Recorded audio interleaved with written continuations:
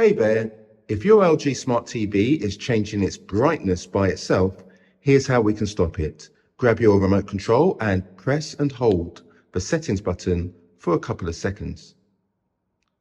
This will bring up the main settings menu, and we want to use the directional pad to go down to General, then go across, and we go down and keep going until we get to energy saving.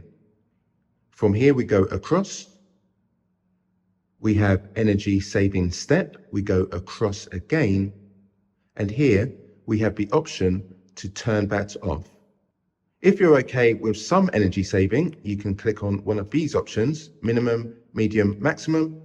As I say, to turn it off, just click on off. Once you've made your selection, you can click the home button to go home and continue using your TV as you did before. I hope you found that useful. Please give the video a thumbs up if it helps. And I have many other LG videos on my channel, so feel free to pop over and check those out. Thanks for choosing my video, and I wish you a great day ahead.